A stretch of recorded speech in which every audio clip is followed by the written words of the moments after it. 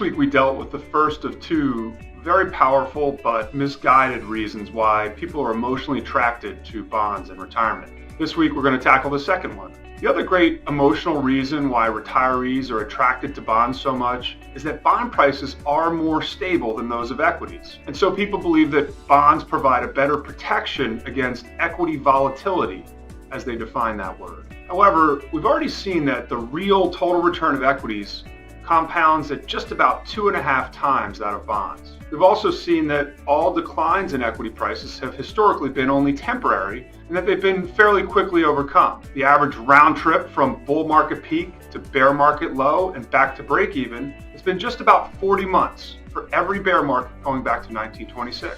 So to use bonds as a defense against these temporary declines is a willful act of surrendering at least half of the permanent long-term return of equities in exchange for protection from their brief and intermittent temporary declines.